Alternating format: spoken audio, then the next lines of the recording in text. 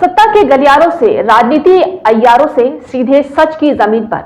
स्वागत है आपका सिटीजन वॉइस में, जहां हर खबर सिर्फ दिखाई नहीं जाती बल्कि सवाल भी उठाए जाते हैं।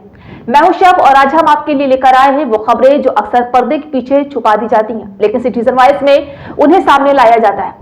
यहाँ न शोर बिकता है, न सच दबाया जाता है। हर खबर है आम जनता की आवाज और हर रिपोर्ट है जवाबदेही का आईना। तो आइए देखते हैं क्या है आज की खबर। रामजी सोनकर ने उत्तर प्रदेश विधानसभा में वाराणसी मंडी में हुए कथित 3.74 करोड़ के घोटाले का मुद्दा जोरदार तरीके से उठाया। उन्होंने सदन में कहा है कि वाराणसी में मंडी समिति में किसानों और व्यापारियों से जुड़े फंड में भारी अनियमितताएं सामने आ रही हैं। रामजी सोनकर ने आरोप लगाया है कि मंडी शुल्क और विकास कार्यों के लिए आवंटित करोड़ रुपए का सही इस्तेमाल नहीं हुआ है और वित्तीय रिकॉर्ड में गंभीर गड़बड़ियां पाई गई हैं। उन्होंने सरकार से मांग की है कि पूरे मामले की निष्पक्ष जांच कराई जाए। मैं मंत्री जी से ये पूछना चाहती हूँ कि आदरणीय मंत्री जी, क्या आपके संज्ञान में है कि आपके नाक के नीचे आपके विभाग में करप्शन जो है वो सर तक पहुंच चुका है?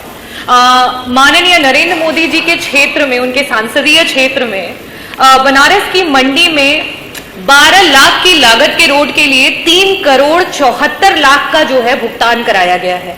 20 साल की पुरानी जो मंडी में 4 दीवारी निर्मित थी उसका जो है नव निर्माण दिखा करके भुगतान कराया गया है। उप निदेशक कार्यालय की फॉल सीलिंग बना करके 40 जो है सरिया का भुगतान कराया गया है। 4 लाख का प्रावधान होता है टाइल्स के लिए और वहां पे 34 लाख का भुगतान कराया गया है, जो कि जांच में सिर्फ 2,84,000 तक का काम हुआ है।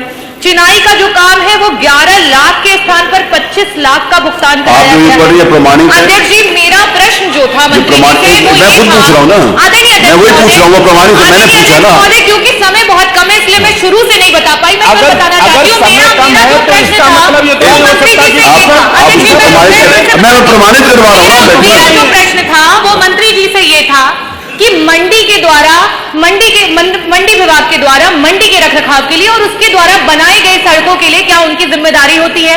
जवाब में आया हाँ, और साथ ही ये आया कि हम प्रति 5 वर्षों में उसका जो भी रहता है उसकी मरम्मत का कार्य है, सारी चीजों की जिम्मेदारी हमारी होती है। मेरा प्रश्न डायरेक्ट मंत्री जी आपसे ये है कि अगर ये आपके विभाग की जिम्मेदारी है तो इतना बड़ा करप्शन क्यों है?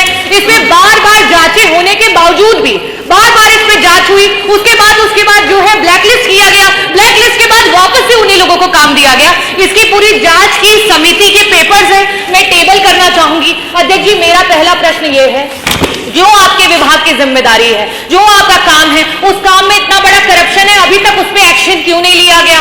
दूसरा मेरा प्रश्न मंत्री जी आपसे ये है कि आपके विभाग में एक नया कर लागू कर दिया गया है। जो गरीब व्यापारी हैं, जो नींबू, अदरक, लहसुन, प्याज का व्यापार करते हैं, उनको एक नया कर देना पड़ता है। पहले क्या होता था, जब उनके पास माल पहुंचता था तब वो कर देना पड़ता था, लेकिन आज जैसे उनका माल प्रदेश में एंटर कर जाता है, भले वो प्रदेश में आकर के बाहर दूसरी जगह पहुंच जाए, भले वो उस व्यापारी के पास ना पहुंच पाए, लेकिन उसका कर पहले ही ले लिया जाता है। तो ऐसी स्थिति में इस कर को, क्योंकि विभिन्न राज्यों में, आसपास के राज्यों में ये कर नहीं है, सिर्फ उत्तर प्रदेश में नया ये कर लागू किया गया है, क्या मंत्री जी इसको हटाने का काम करेंगे? और लास्ट में मेरा प्रश्न ये है कि